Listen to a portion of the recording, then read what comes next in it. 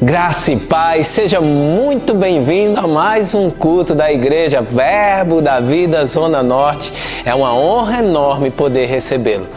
A gente está em reforma e por isso ainda vamos ter uma ministração especial para você que está online nas quintas-feiras. Não esquece, dia de domingo, o culto online vai estar funcionando ao vivo, normal, nos 3 horários. Você que participa e assiste os nossos cultos, não esquece de deixar aquele joinha, dar o like. Se você ainda não nos segue, pode nos seguir, isso vai nos ajudar a compartilhar esse vídeo com muito mais pessoas. E para você, receba agora o que Deus tem preparado para essa noite. Deus, glória a Deus. Você pode se assentar.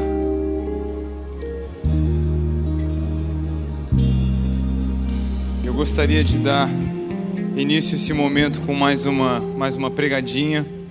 Eu contei ontem que quando eu tinha acho que uns 5, 6 anos de idade, eu cheguei para o meu pai e falei: pai, você é grande e você prega. Eu sou pequeno, eu tenho que dar uma pregadinha antes de você pregar. E a gente começou essa brincadeira, ela continua até hoje. Então, sabe, esses tempos atrás, eu passei por um período de jejum, porque eu estava buscando uma resposta no Senhor, só que dentro desse jejum parece que aquela resposta, mesmo que importante que eu estava procurando, começou a perder a importância diante de uma outra perspectiva. Eu comecei a olhar para a minha própria busca pelo Senhor e eu senti o Espírito Santo me perguntando: Israel, o quão perto você quer estar? E eu lembro que nesse dia eu comecei a chorar, refletindo na minha própria busca ao Senhor, que é o que nós temos de mais importante nessa vida. Olha para a pessoa do seu lado e pergunta: o quão perto você quer estar? Porque sabe, tinha uma multidão seguindo Jesus por onde ele ia, tinham muitas pessoas que queriam ouvir ele ensinar, mas tinha uma dúzia de pessoas que sentavam com ele. Agora tinham 3 que não largavam do pé dele. E quando eu comecei a refletir nisso, eu pensei: será que o Senhor Jesus me escolheria para ser um desses 3, como Pedro, Tiago e João? E quando eu estava pensando nisso, só me bateu que nem um tijolo a pergunta: mas será que ele escolheu Pedro? Eu comecei a pensar, e calma aí, eu não estou dizendo que ele não escolheu Pedro, Tiago e João para estar nesse lugar, mas com certeza Pedro, Tiago e João escolheram esse lugar. Quando você vê Tiago e João, o jeito que eles estão em cima de Jesus, eles pedem para a mãe falar com ele, que um quer sentar à esquerda, o outro à direita. João descansa a cabeça no peito de Jesus, e não ao contrário, não é Jesus que está descansando em João. Eles almejam esse lugar, eles desejam esse lugar. Pedro, metido ao guarda-costas de Jesus, chega a ser irritante. Eles querem estar mais perto. Então entenda, eu não estou dizendo que eles não foram escolhidos por Jesus, mas eu estou dizendo que com certeza eles escolheram Jesus. E às vezes eu acho que a gente precisa olhar para a nossa vida e perguntar o quão perto a gente quer estar. Porque para alguns de nós estar no meio da multidão é suficiente. Ouvir falar sobre os segredos de sua palavra uma vez por semana é o suficiente. Alguns de nós almejamos a mesa. Mas às vezes, a gente não está vivendo como alguém que quer aquela roda, que quer estar próximo de Jesus. E eu comecei a olhar, quando essa pergunta me bateu: mas será que ele escolheu a Pedro? Eu comecei a pensar, em João 13, no versículo 25, nós vemos João descansando sua cabeça nos ombros de Jesus. Marta e Maria, elas recebem na mesma porção quando Jesus está em sua casa, mas não conseguia ir para outro lugar e escolheu a melhor parte. Se olharmos para a Escritura, vemos um padrão.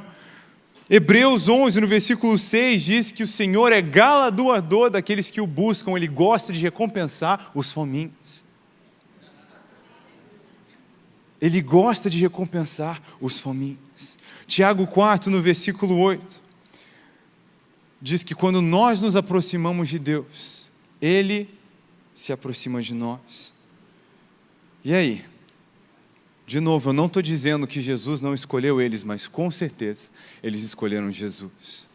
E hoje eu estava orando sobre o que falar nessa pregadinha, eu senti de trazer para você a pergunta: você quer a mesa ou você quer a roda?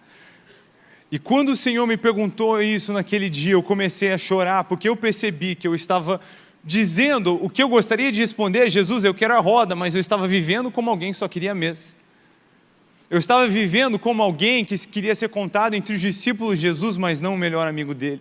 E eu comecei a chorar, e existia esse grito no meu coração de: Senhor, eu quero mais. Eu quero mais. Sabe, às vezes eu acho que a pergunta que nós devemos fazer não é o quanto Deus nos quer, mas o quanto nós queremos Ele. Nós sabemos, Ele já demonstrou seu amor infinito por nós. Nós sabemos que Ele nos quer, mas o quanto nós queremos Ele. O quanto nós queremos estar perto.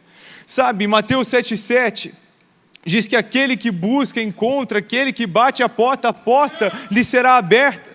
Jeremias 29,13 diz: buscar-me-eis e me achareis se me buscar de todo o coração. Nós estamos falando de uma procura onde encontrar é garantido. Imagina que eu chamo você para um terreno, coloco uma pá na sua mão e eu digo que tem um tesouro debaixo da terra. É garantido. Talvez depois de algumas horas, sem encontrar tesouro, você desanime e fale: esse cara está mentindo para mim. Mas se eu te disser que é um tesouro de grande valor e que ele está lá embaixo, talvez você não vai sair até você o encontrar. Agora, amados, Deus nos prometeu intimidade. E prometeu que se buscarmos a Ele, nós vamos encontrar esse tesouro. É incalculavelmente mais precioso que um tesouro terreno. Então, se nós o buscarmos, vamos encontrar. É garantido, é uma promessa. Agora, o quanto nós queremos, quanto tempo estamos dispostos a investir para encontrar esse tesouro, o quanto nós queremos a Deus.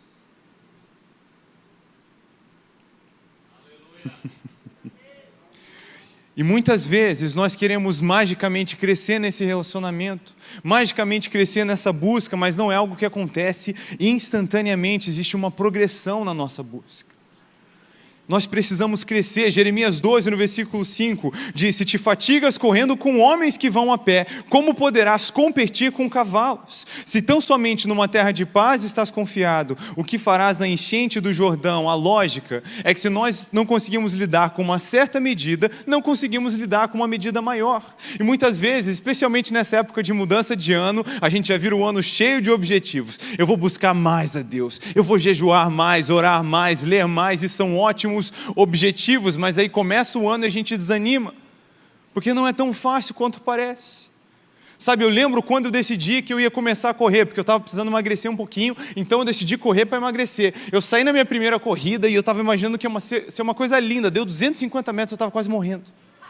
Eu precisei fazer um reajuste de expectativa. Por quê? Porque eu estava submetendo um corpo sedentário a um processo atlético, o qual eu não estava me acostumado. Eu não estava acostumado com aquilo. Do mesmo jeito, às vezes a gente está querendo sair da nossa carnalidade, buscar mais de Deus, porque a gente tem fomes que a gente vai lá, e a oração às vezes parece igual o gordinho que quer começar a correr. Mas nós somos um espírito que nasceu de novo, dentro de um corpo que ainda precisa ser ressuscitado, e um dia o solo de trombeta de Jesus vai acontecer, glória a Deus por isso. Mas é por isso que Gálatas 5,17 diz que o espírito milita contra a carne o tempo inteiro, porque tem naturezas opostas. Então quando você senta lá e começa a orar mais, passar mais tempo, é aquela alegria, só que de repente, às vezes dá uns 15 minutos, parece que a mão de checar o WhatsApp, as notícias, a rede social começa a tremer. É a militância da carne. Mas não dá para a gente dizer: eu até ia orar mais, mas achei que não era bom orar sem vontade. Pelo amor de Deus, não faz isso. Nós precisamos ser moldados à disciplina para experimentar o deleite. E eu olho de volta para a corrida. A Bíblia várias vezes compara a fé com uma corrida. E quando eu comecei a correr, não era algo desfrutável, porque eu não tinha sido moldado para aquilo. Do mesmo jeito que às vezes, quando começamos a buscar mais profundamente, não é tão desfrutável, porque estamos nos moldando àquilo. Hebreus 12 diz que a disciplina, quando é aplicada, e falando no contexto da correção, de experimentar uma dor física, quando aplicada ela não é agradável, mas depois produz muito fruto. E se nós queremos mais, queremos encontrar aquele tesouro, então não podemos parar de buscar até o encontrar. Amém? Eu lembro então, voltando, quando eu comecei a correr, estava nesse estado, não aguentava nem um pouquinho, mas eu comecei a correr mais, e mais, e mais, e eu comecei a ser fiel no que eu conseguia. Um dia eu olhei e falei: cara, é 1 quilômetro que eu dou conta, e eu vou fazer isso. Eu continuei fazendo. De repente, aquele 1 quilômetro virou 3, e eu decidi que eu não ia correr menos do que 3, porque era o meu melhor. E eu corri 3 quilômetros tantas vezes que ficou fácil. Eu fui para 5, 6, 10, 15, 16, em novembro agora eu corri uma maratona, 42. Mas entre 42 quilômetros, a minha primeira maratona e a minha primeira corrida de 3, eu corri 126 vezes. Então o que teve entre o pouco e o muito foi a fidelidade. E é aqui que eu quero terminar, porque em Lucas 16:10 o Senhor nos diz que quem é fiel no pouco é fiel sobre o muito, mas ser fiel no pouco vem primeiro. Então às vezes a gente olha para a nossa capacidade espiritual, o que nós temos para oferecer, o quanto nós conseguimos buscar, e a gente se sente igual àquela viúva que tinha 2 moedinhas no templo. A gente olha para um lado, tem um despejando riquezas, para o outro despejando ainda mais riquezas, um tem tantos dons, outro está buscando tanto, e a gente abre a nossa bolsinha, faz aquela avaliação pessoal e tem 2 moedinhas. E a gente despreza tanto as coisas pequenas. Mas o que é que Zacarias 4:10 nos ensina? Não despreze o dia de pequenos começos. Olha para a pessoa que está do seu lado e diz para ela: não despreze os pequenos começos. Amados, não importa se é pouco ou muito, nós precisamos ser fiel. O valor não está no pouco ou no muito, está na fidelidade, porque quem é fiel no pouco é fiel no muito também. Mas a fidelidade no pouco precisa ver primeiro. Então, pelo amor de Deus, não feche sua bolsinha com seus 2 centavos. Despeje ele sobre o altar do Senhor. Amém? Nós precisamos dar o que nós temos de melhor. Muitos de nós, e eu já estou terminando, agimos como aquele servo mau. Quando o Senhor distribui os seus talentos, Ele distribui para cada um de acordo com a sua capacidade. É a parábola que nós vemos em Mateus, no capítulo 25, do versículo 14 ao 30. Mas um desses servos, ele simplesmente enterra um talento que ele recebeu. E muitos de nós, às vezes, olhamos para o nosso pouco e pensamos: que diferença vai fazer? Que diferença fazem 2 moedinhas? A gente bota o objetivo de orar por 1 hora, mas cansa em 15 minutos. Amados, você precisa dar o seu melhor. E só dando o seu melhor hoje, ele vai ser melhor amanhã. Mas primeiro você precisa ser fiel no pouco. Então, se desejamos a roda, nós precisamos buscar ao Senhor de todo o coração. E se desejamos buscar ao Senhor profundamente, precisamos dar sempre o nosso melhor. Então hoje, eu queria chamar você para essa autoavaliação, mas decidir não dar menos do que o seu melhor. Sabe, às vezes nós não estamos prontos para um jejum de 1 semana, mas então vamos começar com um dia. Às vezes não conseguimos orar 2 horas no dia, mas então vamos orar 30 minutos. Às vezes a gente não consegue ler 14 capítulos da Bíblia por dia, para ler a Bíblia 4 vezes no ano, mas 3,5 a gente consegue, todo mundo consegue. Então, vamos focar em dar para o Senhor o nosso melhor e buscá-lo de todo o coração, porque uma vez que enxergamos a Deus, uma vez que olhamos para Jesus e vemos um pouquinho de quem Ele é, a gente não vai desejar nada menos do que a roda. Amém? Você recebe essa pregadinha? Amém. Então, Pai, é contigo.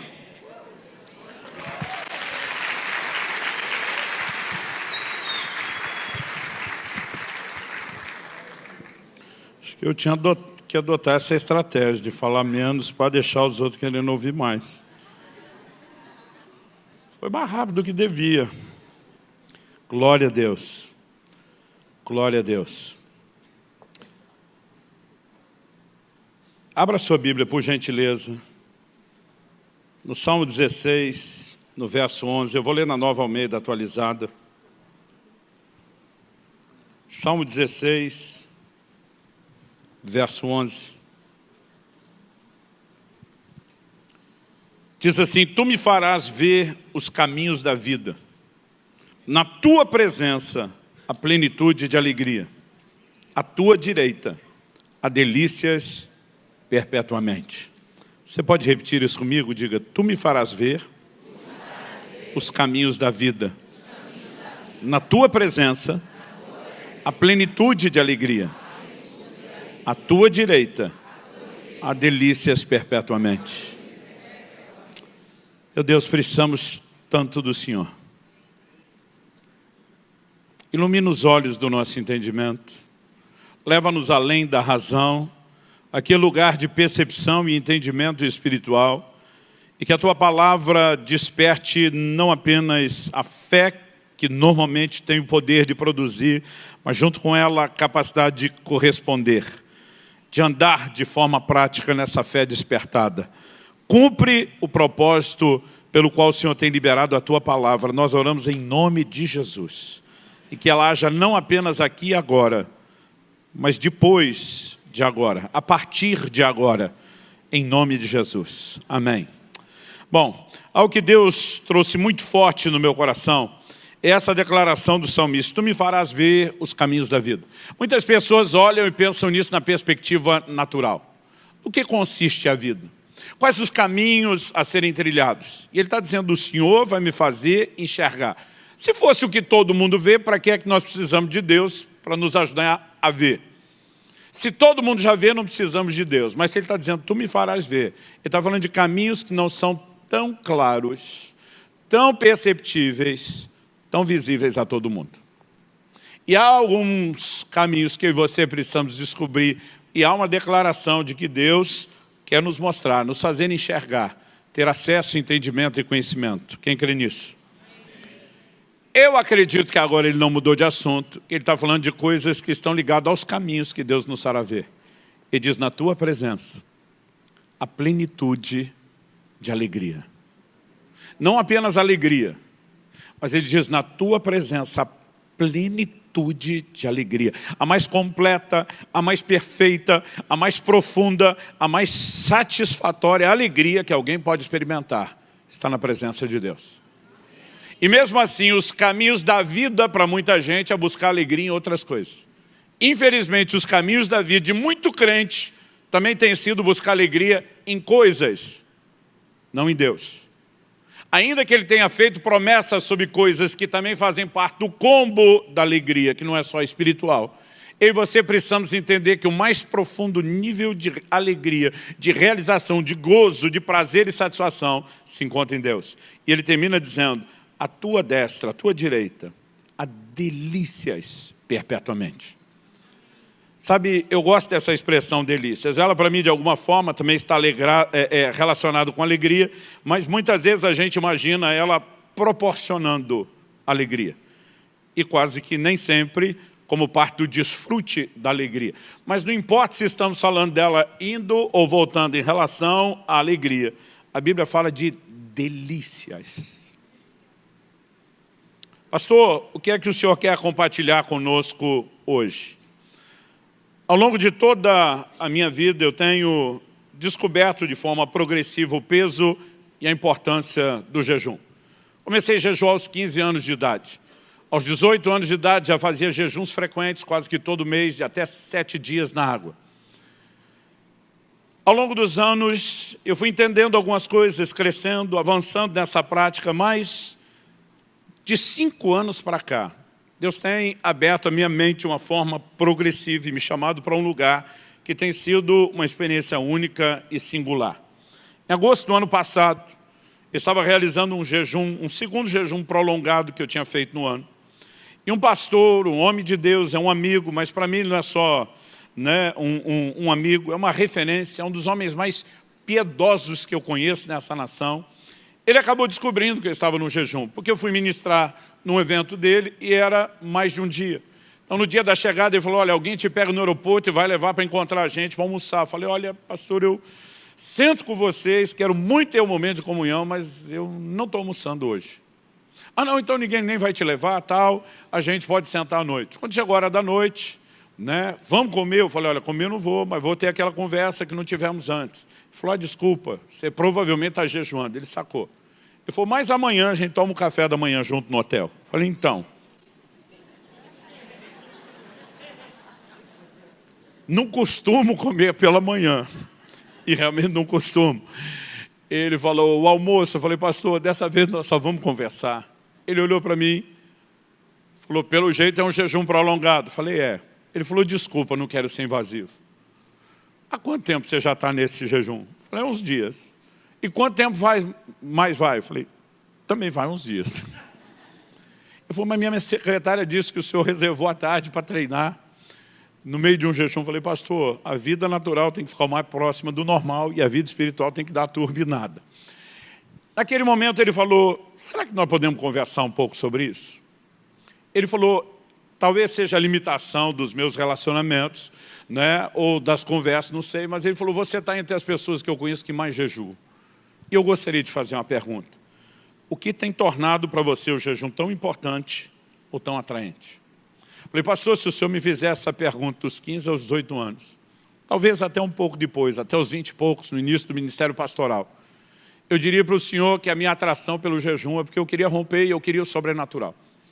E me disseram que essa era uma chave para chegar lá. E de fato me ajudou a romper nisso.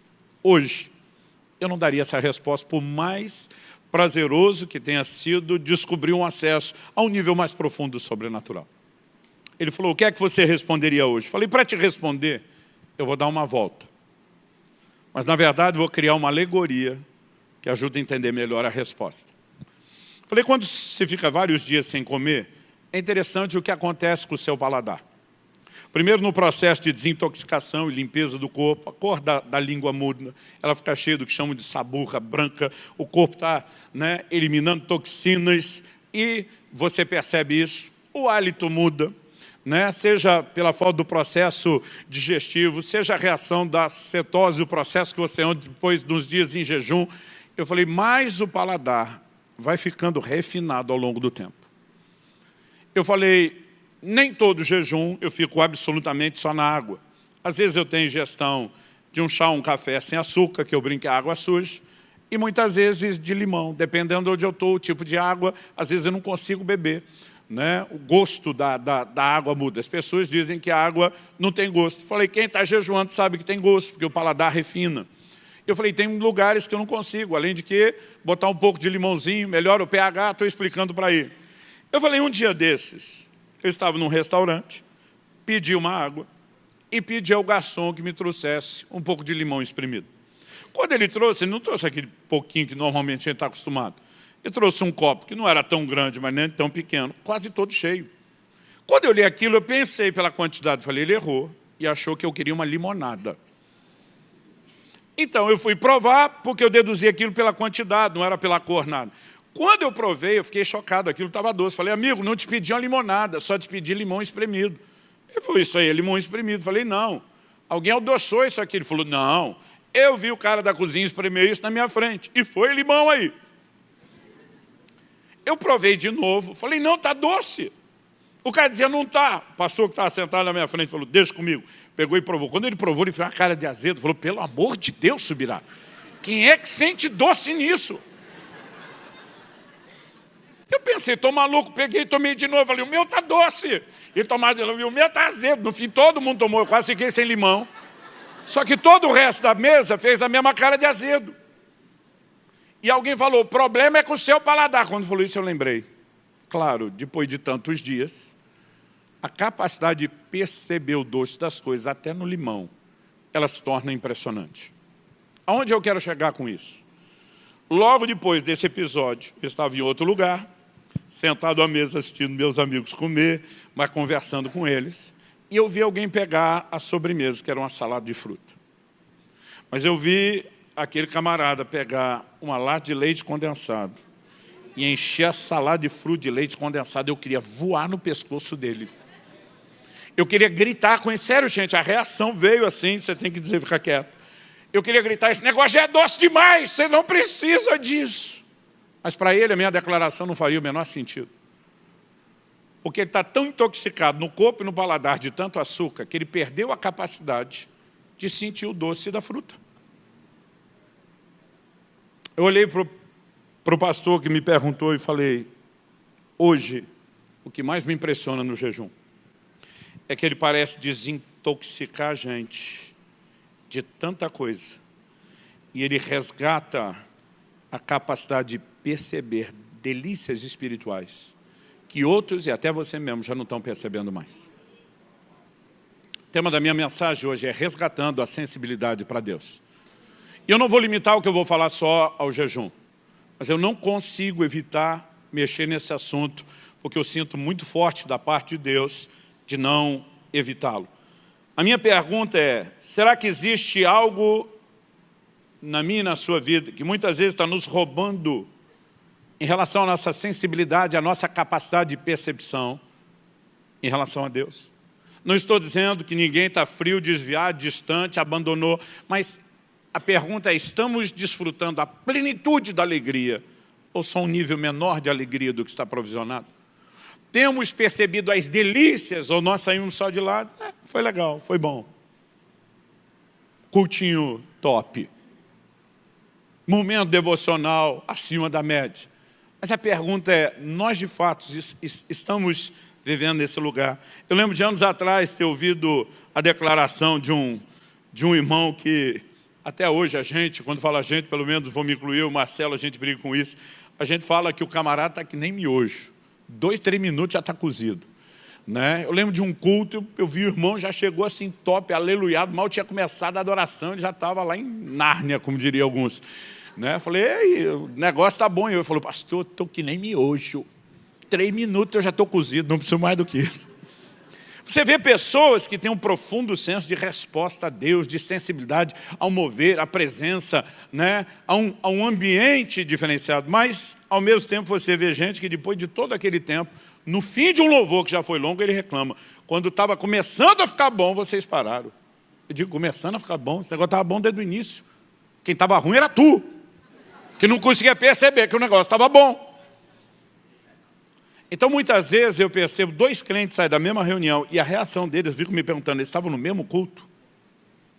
Mas a questão não era o culto, era a capacidade de percepção de cada um.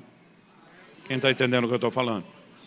A primeira coisa que eu quero destacar é: quem não valoriza, não busca. E o grande problema de não percebermos os deleites profundamente é que nós também não os buscamos como deveríamos. Jesus nos ensinou algo que deveria nos avaliar. Onde é que está o nosso coração?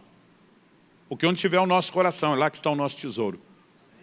Você conhece o texto, mas eu faço questão de ler Mateus 6:21. Não acumulem tesouro sobre a terra, onde as traças e a ferrugem corroem e onde ladrões escavam e roubam, mas ajuntem tesouros no céu, onde as traças e as ferrugens não corroem e onde ladrões não escavam nem roubam. Porque onde estiver o seu tesouro, ali estará também o seu coração. Em primeiro lugar, Jesus não proibiu ninguém de ter dinheiro ou recurso natural. Outro dia um cara falou, como não? Ele estava falando não acumular. Falei, a palavra acumular, tesaurido, é juntar muito. Jesus está dizendo que o princípio bíblico que nós chamamos de prosperidade não faz de você uma represa, onde tudo que chega para em você. Deveria fazer de você algo parecido com o leito de um rio. A água entra, a água sai, nunca para de entrar, nunca para de sair. Por quê? Como é que você vai obedecer o que Jesus falou de juntar tesouro no céu? Quase todos os textos que falam disso estão relacionados a uma coisa em comum, a capacidade de doação. Jesus fala para um jovem rico que não é o chamado todo mundo, vai, vem, tudo que tem, dá aos pobres, terá um tesouro no céu. Como que você junta tesouro no céu? Dependendo da forma como você usa o tesouro da terra. Então, se eu achar que eu não posso ter tesouro nenhum na terra, como é que eu junto no céu? Se eu não posso usá-lo para os propósitos de Deus. Lá na frente, Paulo escreve a Timóteo e diz, manda os ricos desse mundo. Então tinha rico dentro da igreja. Eles não eram barrados na porta, não, você não pode. Eles se convertiam, continuavam ricos. Ele diz, manda os ricos desse mundo que sejam generosos em dar, pronto a repartir. Com qual propósito? Porque fazendo isso, vocês vão acumular um tesouro do lado de lá. Então, quando você usa o que tem para abençoar outro, a questão não é você ter ou não ter dinheiro. A pergunta é, o dinheiro tem você? Porque a Bíblia não diz que o dinheiro é a raiz de todos os males, diz que o amor é o dinheiro. Então tem crente que além de quebrado, além de ter dinheiro nenhum, ele ainda tem a raiz de todos os males, porque ele ama o que não tem. O problema não é o dinheiro, é o amor. E ele consegue ter o amor sem ter grana. Está arruinado. Mas Salmo 62:10 diz, se as vossas riquezas aumentam, não ponhais nelas o coração. A pergunta é, a gente está valorizando demais o que deveria só passar pela nossa vida sem que a gente tivesse apego? É aqui que nós precisamos começar a fazer perguntas sobre coisas que são lícitas e não necessariamente pecaminosas, mas que podem, de alguma forma, atrapalhar o nosso relacionamento com Deus. Eu busco aquilo que eu entendo ser mais importante. É uma coisa óbvia, natural. Então, houve uma fase da minha vida que eu não estava nem aí para cuidar da saúde, porque não entendia a importância daquilo. Eu lembro que depois de muitos anos brincando, entre outras coisas, com o excesso de peso, e eu fazia isso porque eu dizia, Deus está comigo. Não preciso viver pelo que é natural. Mas eu lembro depois da terceira cura que eu recebi, de intervenções de problemas sérios nas costas. Eu tive diagnóstico de médico da minha igreja, dizendo, pastor, a menos que o senhor venha com a história daquela, o senhor conta no púlpito, nem cirurgia resolve o seu problema. Eu dizia, não tem problema não, Jeová Rafa está comigo. E vi intervenções todas as vezes, mas na terceira o Espírito Santo diz, eu não vou suspender para sempre as leis da natureza em teu favor.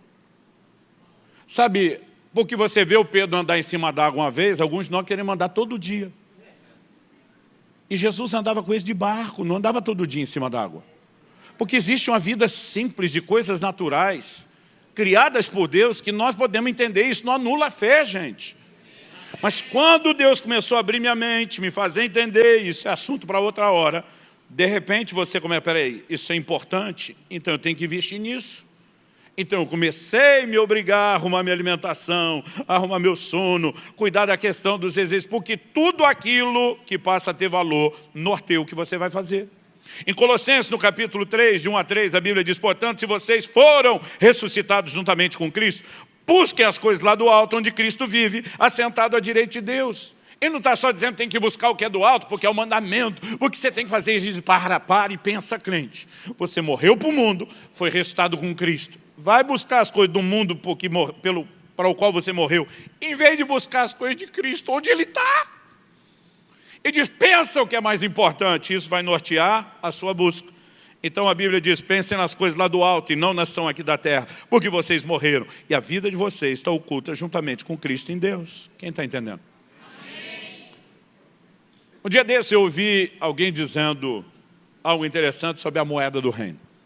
Minha primeira reação foi dizer, ei, aqui a gente recebe as coisas pela graça, não vem com essa da moeda do reino. Mas quando ele explicou, eu achei interessante. Ele disse, seja no Velho ou no Novo Testamento, Deus fala de comprar algumas coisas. Quando você olha lá em Mateus, Jesus fala das viúvas que perceberam que o azeite estava acabando e foram comprar. Peraí, tem coisas de Deus que se compram, não é literal, mas ele está tentando usar uma linguagem para nós. No livro do Apocalipse, ele fala de uma igreja que se achava rica, mas ele diz, para mim, na minha opinião, vocês são miseráveis e pobres. Mas depois de dizer, para mim, vocês são miseráveis e pobres, ele diz, mas eu aconselho que vocês comprem de mim vestes brancas para se vestir, colírio para ungir os olhos e ouro refinado pelo fogo. Peraí, tem dinheiro no natural, mas pobreza espiritual, como é que eu compro de Deus? Agora preste atenção, Isaías 55:1 diz assim, todos vocês têm sede, venham às águas.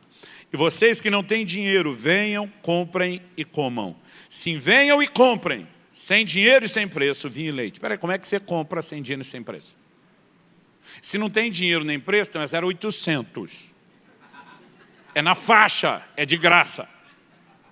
Mas se não tem dinheiro nem preço, como é que compra? A questão é, não compra com dinheiro. Compra de outra forma. E eu vi esse camarada dizendo, a moeda do reino é fome. Eu vou te dizer mais do que isso, eu chamaria de interesse. Eu chamaria de valorização. Isaías 44:3, Deus diz, eu derramarei água sobre o sedento. Sabe o que ele está dizendo? Eu não vou derramar água sobre qualquer um. Eu vou derramar água para quem vai valorizar a água, para quem vai usar a água, para quem vai aproveitar a água, porque se não der valor à água, eu não dou água. Isso faz sentido com o que Jesus fala. Ele diz, não lance pérola aos porcos. Ele diz, se não dá valor, não entrega. E ele fala isso num contexto de estar enviando seus discípulos para pregar o evangelho, gente. Quem está entendendo? Amém. Agora, se de fato a moeda, entre aspas, de acesso àquilo que Deus tem, é o interesse, e é por isso que eu e você precisamos entender. Antes de Jeremias 29:14, Deus dizia, serei achado de vós. Ele diz no 13, como Israel, meu filho, citou, buscar-me-eis e me achareis. Quando? Quando me buscardes, só isso? De todo o coração. Ele disse, se você me buscar para valer, botar tudo de você aí, e realmente quiser me encontrar, eu serei achado de vós. Não é apenas a busca, é a intensidade da busca, é a disposição da busca, que vai garantir o resultado. Quem está entendendo? Então, se em primeiro lugar, quem não valoriza, não busca, a segunda coisa a se considerar aqui é, o que nos impede de valorizar mais a Deus? Porque, honestamente, a maioria de nós não está buscando como deveria. Eu acredito que é um elemento básico que se chama a valorização das outras coisas. Nós temos dado valor a coisas que não merecem o nível de valor que nós damos, e elas se tornam tão importantes que a gente quase coloca elas em patamar de igualdade com Deus. Aliás, pensa numa frase que me deixa enlouquecido é quando um crente está falando bem de alguém que não é crente e diz assim, mas fulano é uma benção, só falta Jesus. Eu digo, como é que é? Só falta Jesus. Se falta Jesus, falta tudo. Você está fazendo parecer que Jesus é só uma cerejinha em cima do chantilly? Mas essas frases, consciente ou não, denunciam o quê?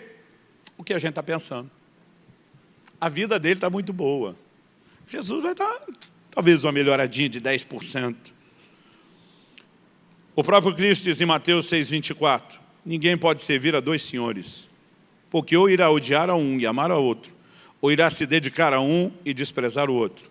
E diz, vocês não podem servir Deus e as riquezas. Ele diz, não tem jeito. Quem começa a supervalorizar o que é material, fará daquilo o seu senhor e não servo. Dinheiro na vida do crente é servo, não pode ser senhor. Tem lugar certo. Quando eu lia na Bíblia que nos céus as ruas serão de ouro, eu ficava pensando, ativava dentro de mim um modo de ostentação. Eu me imaginava andando naquelas ruas de ouro, descalço, não sei porquê, mas eu me imaginava descalço para sentir o geladinho do ouro. E pensando, se um dia fui pobre, já não me lembro. Eu achava o máximo, porque eu pensava no modo de ostentação. Um dia o Senhor falou comigo, você acha que a glória do céu é o ouro? A glória do céu sou eu. Eu falei, é mesmo, isso vale mais do que o ouro. Eu falei, então por que encheu de ouro? Ele diz, onde é que está o ouro? E de repente eu entendi que aquilo pelo qual as pessoas se matam aqui na terra, no céu só serve para ser pisado, desprezado. Imagina um anjo perguntando para Deus, o que é que a gente faz com tanto ouro? Deus diz, com ouro, que esse negócio não vale nada? Faz piso para o meu povo andar. Porque o lugar disso é debaixo do pé. Há uma cultura na Bíblia, o próprio Jesus está sentado diante de um gasofilácio. As pessoas depositavam as ofertas num cofre, num lugar de oferta. Mas o livro de Atos fala por pelo menos 3 vezes do dinheiro sendo colocado aos pés dos apóstolos.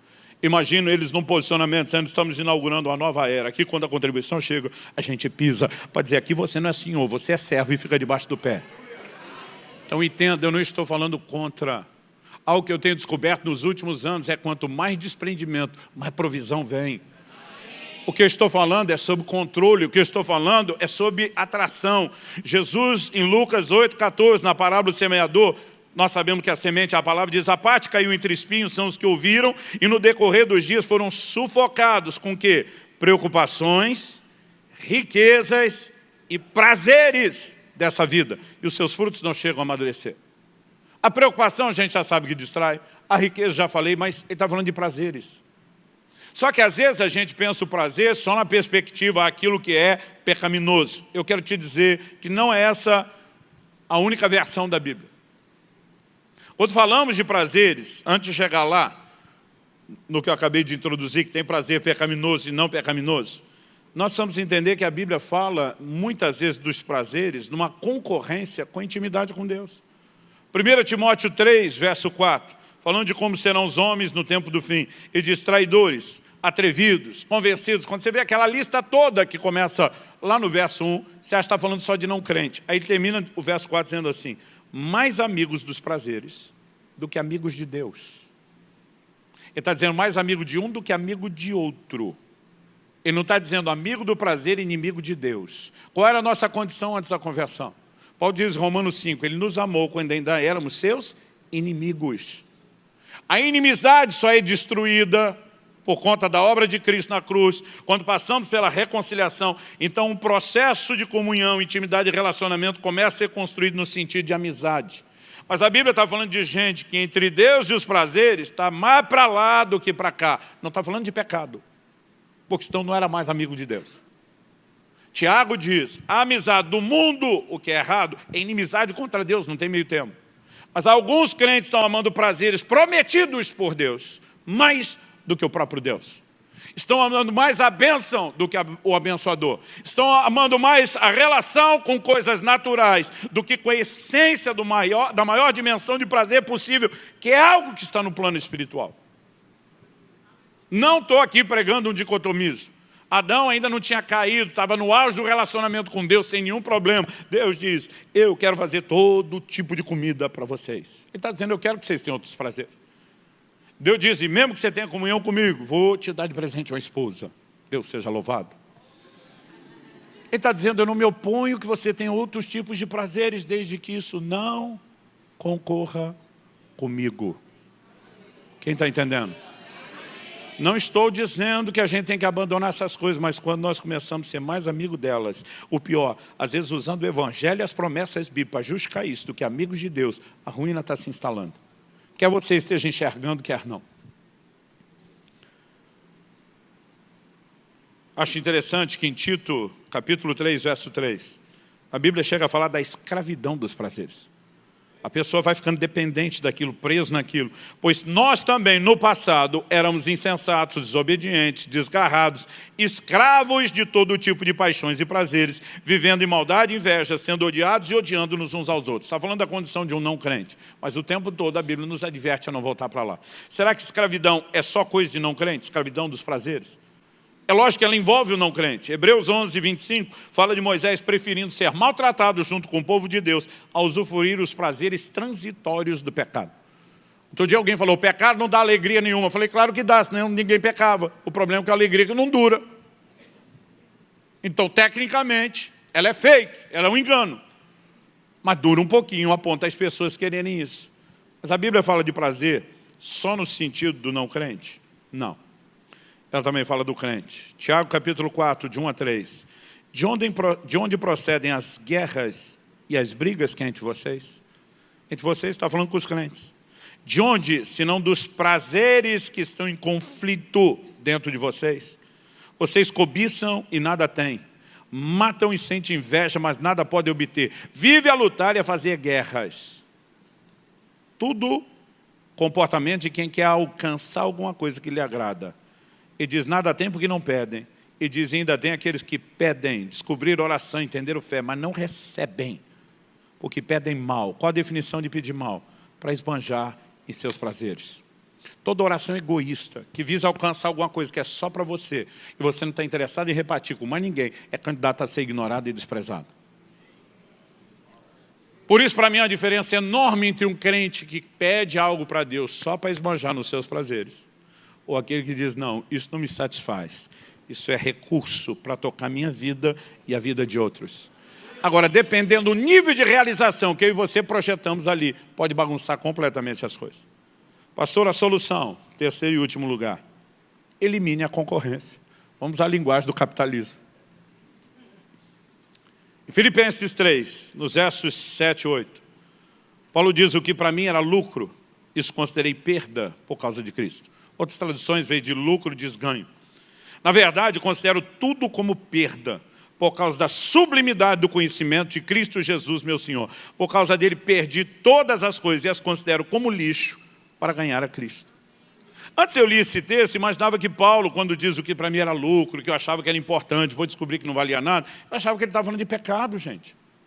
Aí eu imaginava o crente resmungando o que para mim era lucro. As baladas, as bebedeiras, as drogas, né? As depravações.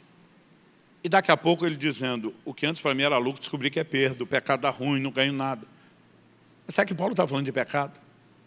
Em primeiro lugar, ele diz, eu considero como perda todas as coisas. E não são todas as coisas, são pecado, para dar um perdido nelas. Segundo, o contexto. Quando você olha os versículos anteriores, 4, 5 e 6, tudo que Paulo apresenta ali, diz respeito à performance espiritual. Hebreu de Hebreus, circuncidado ao 8º dia, da tribo de Benjamim, quanto à lei fui fariseu, ele fala do zelo, e diz que era irrepreensível. Aí ele fala, mas tudo que para mim era lucro, a valorização da performance, desvalorizou, perdeu completamente o valor. Por que perdeu o valor? Porque diz, por causa da sublimidade do conhecimento de Cristo Jesus, meu Senhor. A palavra traduzida sublimidade, ela muda de acordo com a versão. Algumas dizem por causa da suprema grandeza, outros por causa da excelência. E é uma palavra difícil de traduzir ali, porque ela no grego é hiperétio.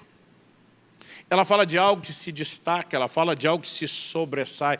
Particularmente, não acho que Paulo estava falando do hiperétio do conhecimento, como se o conhecimento apenas é que destacasse. Eu creio que ele estava falando do conhecimento do hiperétio, o conhecimento daquele que se destaca, daquele que está acima de todas as coisas. E ele diz, quando eu entendi o nível de importância que eu podia dar a quem é Cristo e o relacionamento com Ele. Isso ocupou um lugar tamanho que eu olhei para o resto e disse, perdeu. Não me fascina mais. Naquele momento, a descoberta do valor de Cristo significou a eliminação da concorrência. Agora, o problema é que muitos de nós estão vivendo o caminho inverso. A gente ora tanto por essas coisas e vai valorizando, valorizando, valorizando tanto elas, que nós deixamos de dar valor ao Senhor. E para resgatar isso, eu creio não ter outro caminho, a não ser elimine a concorrência. Isso não tem apenas a ver com aquilo que você valoriza, é o que você busca, mas nós precisamos também entender o que nós precisamos fazer para que essa concorrência seja eliminada. A pergunta, ela vai desaparecer automaticamente enquanto você dorme, ou só porque você veio no culto? Ou será que ela deve ser eliminada intencionalmente? Em Colossenses 3,5, Paulo diz, fazei morrer a vossa natureza terrena. Eu não acho que ela vai desaparecer automaticamente. Eu acho que ela vai ser eliminada intencionalmente. E sabe, muitas vezes nós não damos muito valor a algumas disciplinas cristãs. Atualmente vem sendo chamado e classificado só de religiosidade. Mas deixa eu te dizer algo. Os crentes antigos, e estou voltando muitos séculos atrás, se referiam ao ensino de Jesus em Mateus 6. E se você se lembra, logo no início do Sermão do Monte, Jesus fala sobre 3 práticas. Do verso 2 ao 4, ele fala principalmente a respeito de esmola. Eu vou chamar isso de doação no sentido genérico. Dos versos 5 ao 15, ele fala sobre oração. E dos versos 16 ao 18, ele fala sobre jejum. Os crentes antigos chamavam isso de o cordão de 3 dobras. Eles entendiam quando essas 3 práticas se unem e se entrelaçam. Elas são algo poderoso. Então o camarada entendia que jejum não aparece sozinho na Bíblia, ele está associado à oração. Então você jejua e ora e combina os dois. Mas baseado em Isaías 58, do jejum que Deus aceita, que envolve alimentar o pobre, eles decidiam pegar comida que não comiam, mesmo quem não vivia abundância, e dizer, no mínimo que eu deixei de comer, vai servir para alimentar alguém que está jejuando na marra, mas não porque quer buscar Deus. E durante anos, a igreja entendia que essas práticas se uniam. E quando isso é feito com o devido entendimento, de bom coração, não como algo que serve como barganha com Deus, não como algo que você, de alguma forma, acreditamos que produz nenhum tipo de mérito, porque isso tem nada a ver com a essência do Evangelho. Mas quando eles simplesmente decidiam andar em fé, porque a fé tem uma declaração, uma fala, ela tem que ser verbalizada, a fé tem uma visão, a Bíblia diz que Moisés viu o invisível, mas Tiago diz que a fé tem obras. Quem crê tem que andar em cima do que crê. E quase sempre os exemplos que ele dá ali das Escrituras, de Abraão, de Raabe, é de quem obedece, anda naquilo no qual acredita. E nós precisamos entender que essas práticas têm um poder maior do que nós imaginamos. Sabe, a esmola de todos os níveis de contribuição, a Bíblia fala de dízimos, 10% da sua renda. A Bíblia fala de ofertas. Os 10% da renda, eu sempre digo, nós entendemos que deve ser dirigido no contexto da igreja local. Mas oferta, ela aparece na Bíblia no sentido abrangente, ela é esta local, ela é para missões, então ela é algo que você faz tanto dentro como fora. Mas tem uma contribuição que é estritamente para o lado de fora, é a esmola. E eu acredito que talvez essa seja uma das nossas grandes dificuldades. Porque às vezes o crente vê lucro em contribuir do lado de dentro, mas não vê lucro em contribuir do lado de fora. No início da nossa igreja em Curitiba, 17 anos e meio atrás, nós estávamos debaixo de uma chapa quente, tínhamos alugado um barracão, não tinha podido reformar muita coisa, um telhado de zinco. E acredite, Curitiba pode fazer muito frio, mas nós temos 3 meses de calor, num período que aqui vocês têm um ano inteiro chamado verão. Lá para nós dura no máximo 3 meses e às vezes tem dia que eles esquecem. Um dia desse eu vi alguém falando no avião, eu e minha esposa começamos a rir quando ouvimos a conversa. Ele era um camarada que vive em Portugal, mas veio de Gales. Ele falou, o verão de Gales é maravilhoso. Já ouviu falar? A pessoa disse, não. Ele falou, era um negócio fantástico. Ano passado caiu, tipo, no dia 20, numa quarta-feira. Como quem diz, foi um dia só. Mas o nosso é mais do que um dia, mas não é esse sol contínuo que vocês têm. Naqueles 3 meses, a gente variava a temperatura, 32, 35 graus. Na época, o horário de verão, culto às 6, era 5. Falando do horário do sol.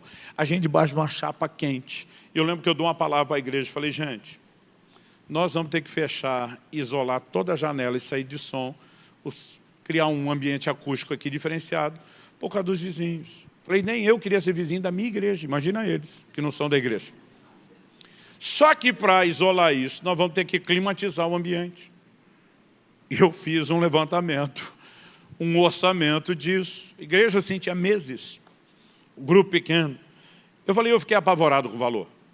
Mas quando eu dei essa notícia a um grupo de irmãos pequenos, fora do culto durante a semana, um deles falou, não, pastor, não assusta com quantos R$1.000. Pensa em quantas pessoas pode te ajudar com R$1.000. Até porque isso aí dá para parcelar. Ele falou, eu sou o primeiro, um que estava do lado falou, eu sou o segundo, um outro falou, eu sou o terceiro. Eu falei, bom, eu sou o quarto. Eu quis contar isso para a igreja, para dizer assim, olha, não está tão difícil. Gente, a hora que eu falei isso, começou a levantar um atrás do outro. Eu também. Falei, para! Depois nós resolvemos isso, não é agora. Falei, só estava dando uma notícia. Mas, gente, nunca foi tão fácil levantar uma oferta. Na minha vida, no meu ministério, nunca foi. Agora a pergunta é, Deus precisa de ar-condicionado para mover na igreja? Se não tem ar-condicionado, não tem o sobrenatural, as pessoas não são libertas, não são curadas, não são salvas, famílias não são restauradas. Quem precisa do ar-condicionado é a gente. Ninguém ali estava pensando em honrar a Deus. A gente só queria melhorar o clube, consciente ou inconsciente. E não estou falando contra, eu abençoo a linhagem de quem criou o ar-condicionado. Mas você entende que isso não significa necessariamente um desprendimento? Ah, nós vamos lá e vamos parar de suar e de sofrer. Vamos dividir a cota de responsabilidade entre os membros do clube. Alguns meses depois, nós estamos recebendo um missionário da África. E ele não veio só contar o que faz, nem só pedir oração. Ele precisava de grana. E depois dele falar de todos os desafios, chega um momento que ele vai levantar a oferta. E eu estou olhando a cara do povo que eu conheço. A maioria está olhando com a cara. Tenho nada a ver com isso. Sei que foi chamado para a África, não fui eu. Porque a disposição de investir no que retorna é uma. A disposição de investir no que não vê é outra. De todas as formas de doação, eu creio que a esmola é a que mais quebra a nossa estrutura de avareza. Quando Paulo diz que ouviu de Jesus, não sabemos quando, mais bem-aventurada coisa é dar do que receber, do que ele está falando? Eu tinha dificuldade para entender isso. Falei, mas o lado de lá ganhou alguma coisa. O lado de lá é a soma, é a adição. Aqui é a subtração. Jesus não está falando da contabilidade natural. Ele está falando do que o ato de dar acrescenta para quem deu. É maior do que aquilo que quem recebeu. Quem recebeu algo só natural. Para quem deu, está numa posição melhor. Tem que acontecer algo espiritual. E muito mais do que só criar a possibilidade de colher, porque alguns de nós estamos dando é com avareza. Que a gente vê naquilo uma oportunidade, é um título de capitalização. Se eu der, eu pego mais, porque o que eu quero é mais, não é menos. Mas quando a gente vai quebrando a estrutura de avareza, Deus não é um Deus de barganha. Quando Ele me diz, se você me honrar com seus bens, eu vou te honrar de volta, Ele não está falando de troca. Então, peraí, eu tenho que dar primeiro para o Senhor me dar depois? É lógico, eu quero esse negócio. Ele está dizendo, quando você se dispõe a dar e me honra e me coloca acima, e eu sou o Senhor da sua vida, não o dinheiro, Deus diz, eu olho para o seu coração blindado contra a avareza e vejo em você alguém que está autorizado a prosperar. Porque se eu te der a partir do coração correto, o dinheiro não te controla e eu não te perco. Dá para entender a diferença? Então, práticas contínuas como a de doação subjugam a nossa natureza avarenta e egoísta. Agora, pensa comigo, o que é que acontece na oração? A oração, ela desperta sua capacidade, sua sensibilidade espiritual. Você aproxima de Deus, você tem contato com realidades espirituais. A Bíblia diz, o que se une ao Senhor é um só espírito com Ele. O benefício tem muito mais a ver com a forma como toca o seu espírito. Mas e o jejum? O jejum não necessariamente te eleva espiritualmente, mas elimina a concorrência da carne. Sabe, as pessoas acham que jejum é algo que se faz só em situações de emergência, de desespero. Você vai encontrar na Bíblia gente orando em momentos de aflição? Sim. Em momentos de situações de enfermidade? Sim. Em momentos de busca por proteção e livramento? Sim. Mas a pergunta, ele está lá só para isso? Não. Daniel 9,3, ele diz, eu dispus o meu coração para buscar o Senhor com jejuns. Sabe, há um propósito central na Bíblia do jejum que se chama buscar a Deus. Esse é o propósito primário. E aí você tem o desdobramento de propósitos secundários. Por exemplo, O jejum está associado ao arrependimento. Além de vários textos bíblicos, o próprio dia da expiação era um dia de jejum. Mas o jejum também aparece no contexto de consagração, gente que se abstia de coisas para se dedicar a Deus. Então, arrependimento e consagração são propósitos secundários diferentes. Embora os dois estejam relacionados com buscar a Deus, que é o primário, e com vencer o pecado. O problema é que no arrependimento, o camarada quer vencer o pecado que já o enredou. E na consagração, ele quer vencer o pecado que ele não quer que o enrede. Mas os dois têm a ver com o pecado, mas não são iguais. Os dois têm a ver com buscar a Deus. Mas o propósito primário que prevalece em todos é buscar a Deus. Eu tenho percebido que ao diminuir a importância de tudo aquilo que concorre com Deus e atribuir importância a Deus, não são duas coisas diferentes. Normalmente o pêndulo está balançando. A Bíblia diz, os que se inclinam para o Espírito, cogitam, pensam das coisas do Espírito. Os que se inclinam para a carne, cogitam, pensam as coisas da carne. A Bíblia está falando para pensar no que é do alto, o que é de cima. Como é que eu penso no que é de lá? Inclinando para cá. Mas como é que eu penso no que é da carne? Inclinando para lá. E nós somos a geração do entretenimento, que supervaloriza prazeres de toda forma. Quando eu falo de entretenimento, não estou só falando de assistir filme e seriado. E nem estou aqui dizendo que é pecado ou proibido. Mas nós somos uma geração desenfreada por todo tipo de entretenimento. Porque o tempo todo nós estamos buscando prazeres. Só como esses prazeres preenchem só momentaneamente e não permanentemente, a gente vai ficando escravos disso.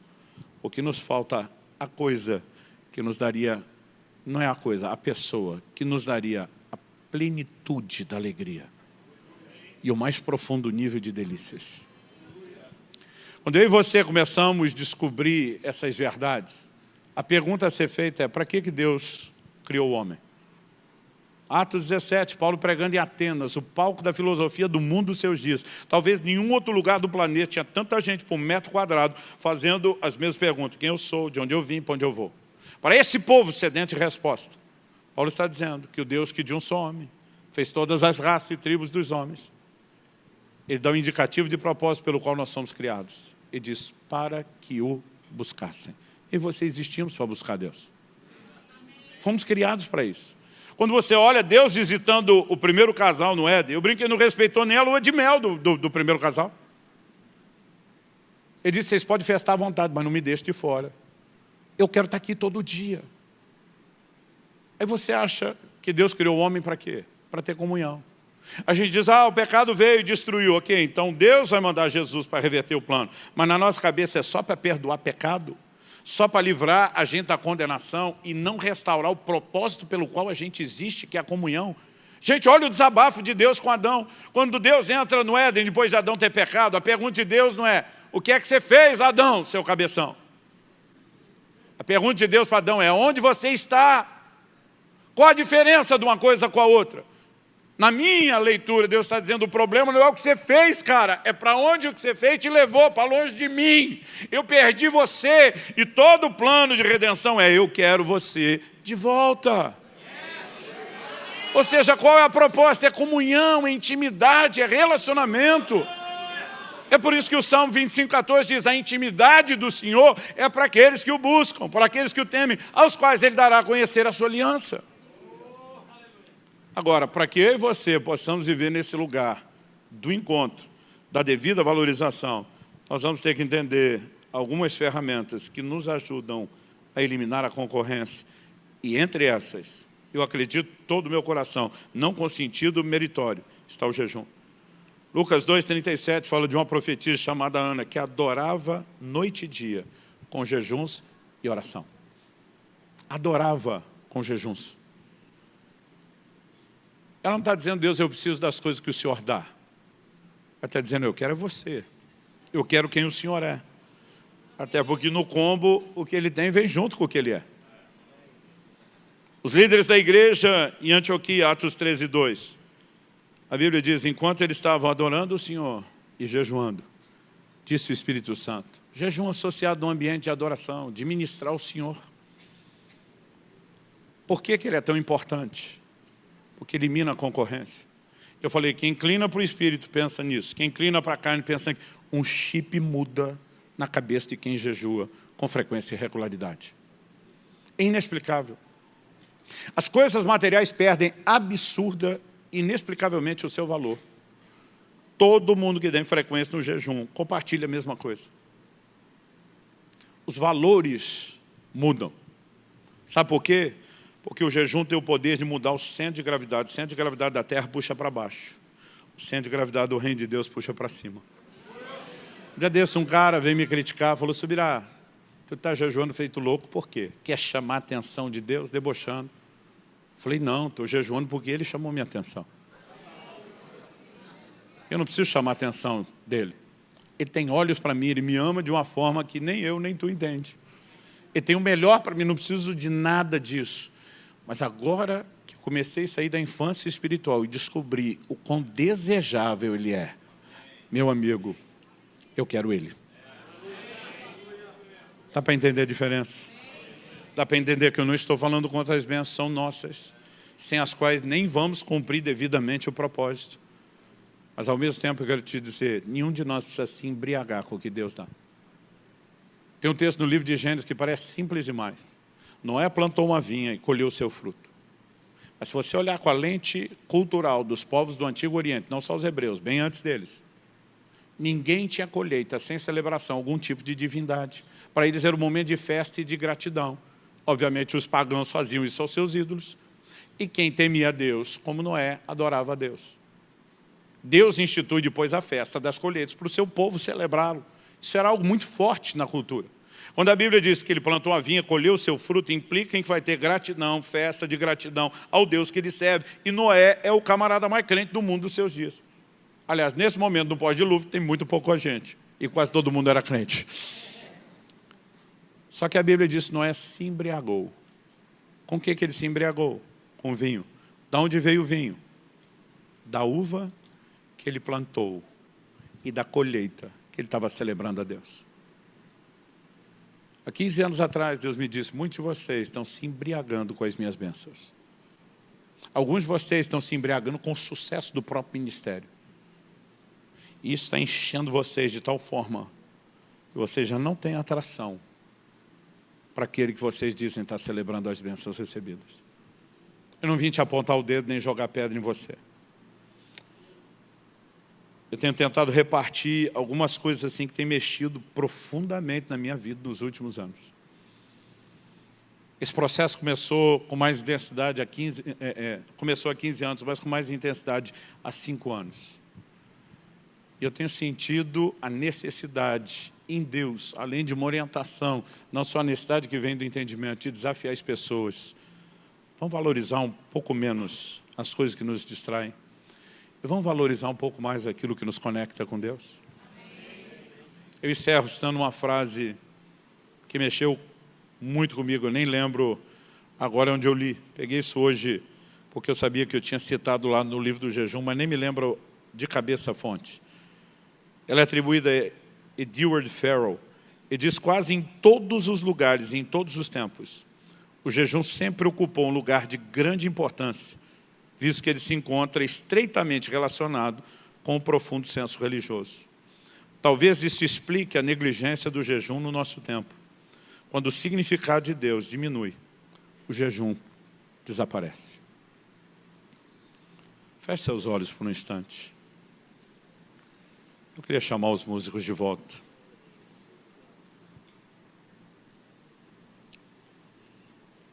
Quanto adorávamos a Deus essa tarde.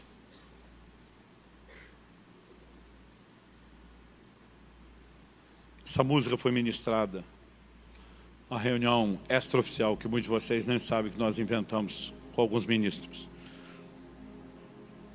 E a sensação que eu tinha, eu conheço a música,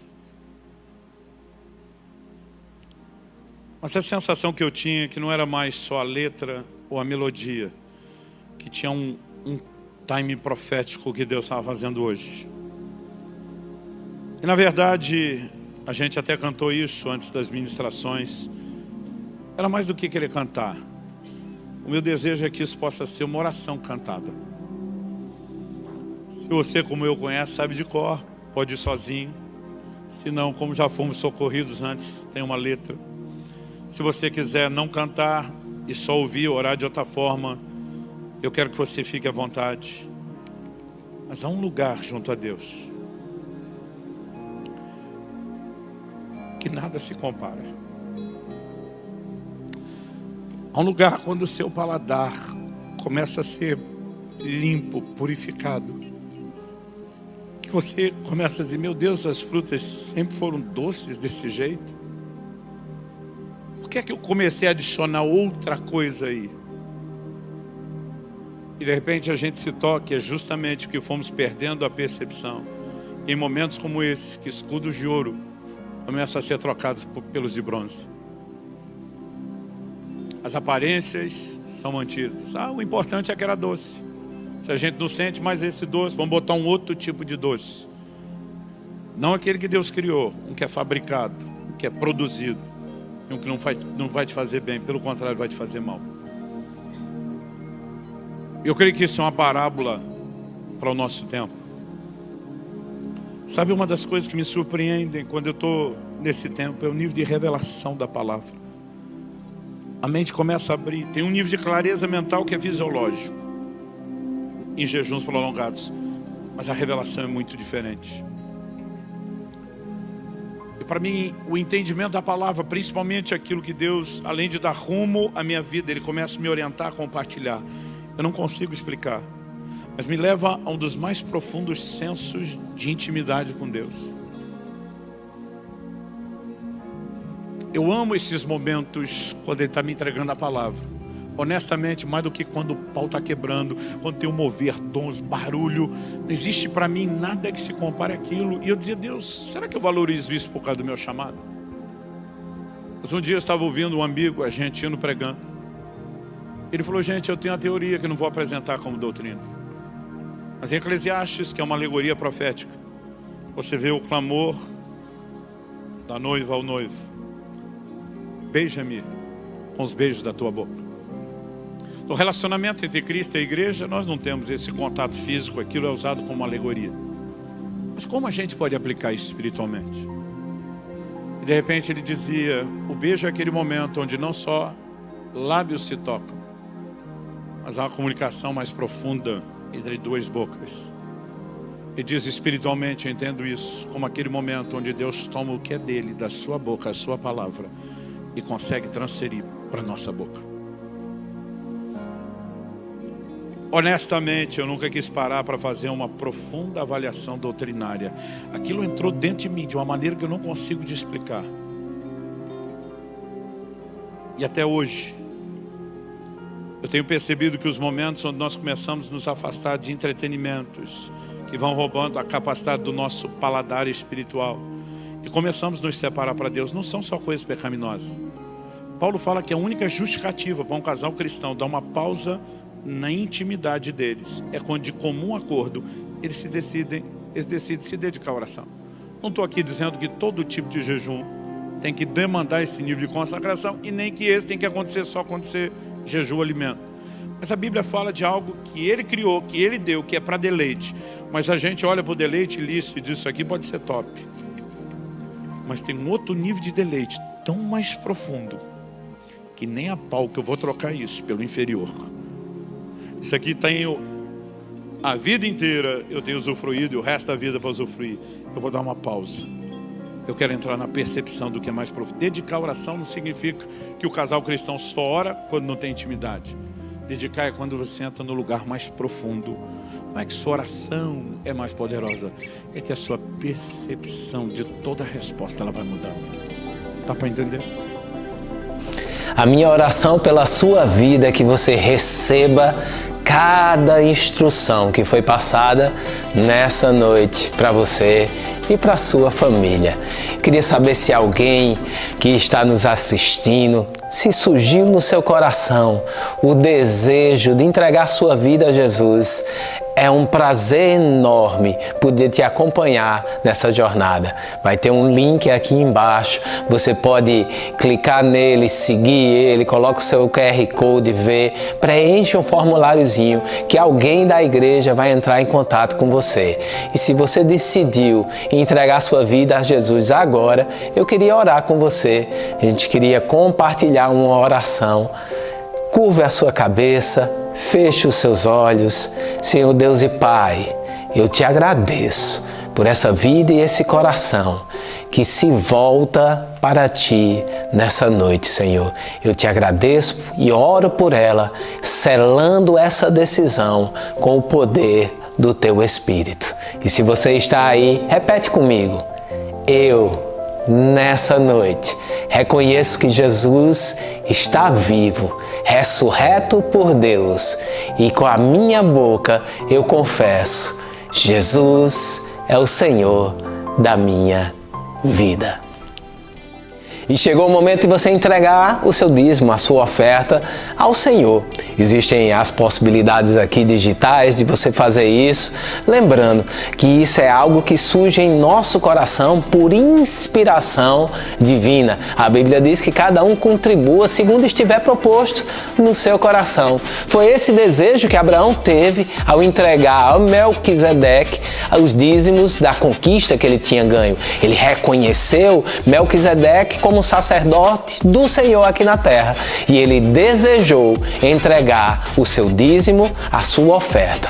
Escuta o teu coração, vê aquilo que você tem para ministrar ao Senhor nessa noite, e vamos fazer isso com reconhecimento que aqui são homens terrenos que estão recebendo, mas lá aquele que se testifica que vive. Levanta a tua oferta, eu queria orar pela sua vida.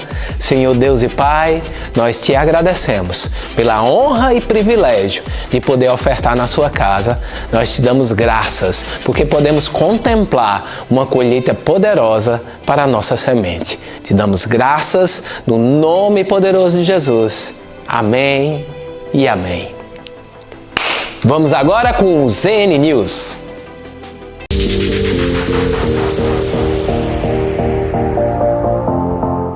Agosto chegou e com ele os dias mais esperados pela nossa igreja. Celebração de 18 anos da Igreja Verbo da Vida Zona Norte.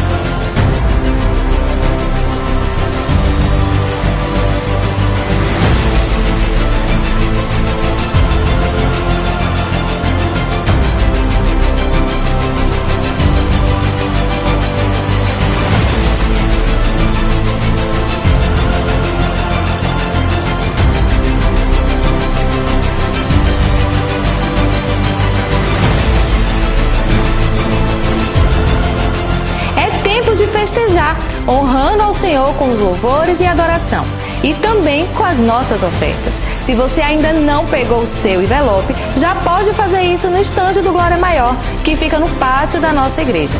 Não fica de fora desta grande festa, nos dias 24 a 27 de agosto, aqui na nossa Igreja Verbo da Vida Zona Norte.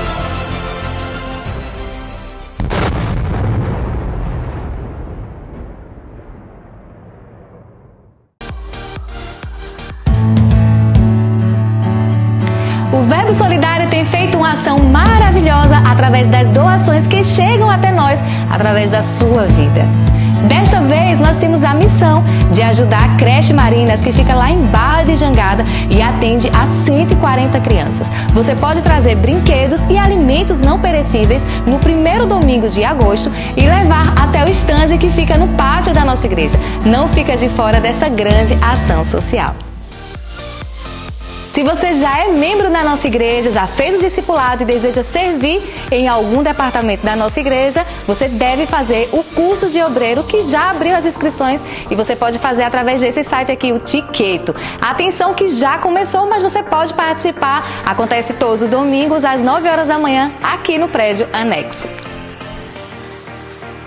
O nosso Culto Up acontecerá no próximo sábado, às 19 horas, aqui na igreja. E atenção que será um culto missionário. Estaremos recebendo a nossa missionária Cristina Santana. Traz a bandeira e vem caracterizado da nação que Deus colocou no teu coração, porque certamente Ele tem uma palavra para a sua vida. Circunstâncias não determinam o teu futuro. Esta é a próxima série de ministrações que acontecerá aqui na igreja com o nosso pastor Humberto Albuquerque. Essa série de ministrações acontecerá nos 3 cultos, das 10 horas, 17 horas e 19h30. Lembramos a vocês também que será realizado a nossa celebração de Santa Ceia nos 3 cultos. Então, temos um encontro marcado e até lá!